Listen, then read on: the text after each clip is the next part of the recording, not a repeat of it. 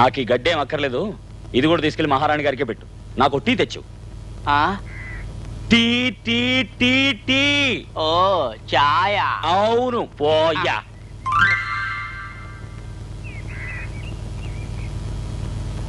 ഒരു പണിക്കാരനെ പോലെയല്ല, രാജാവിനെ പോലെ ഉണ്ട്. രാജാവിനെ പോലെ ഉണ്ട്.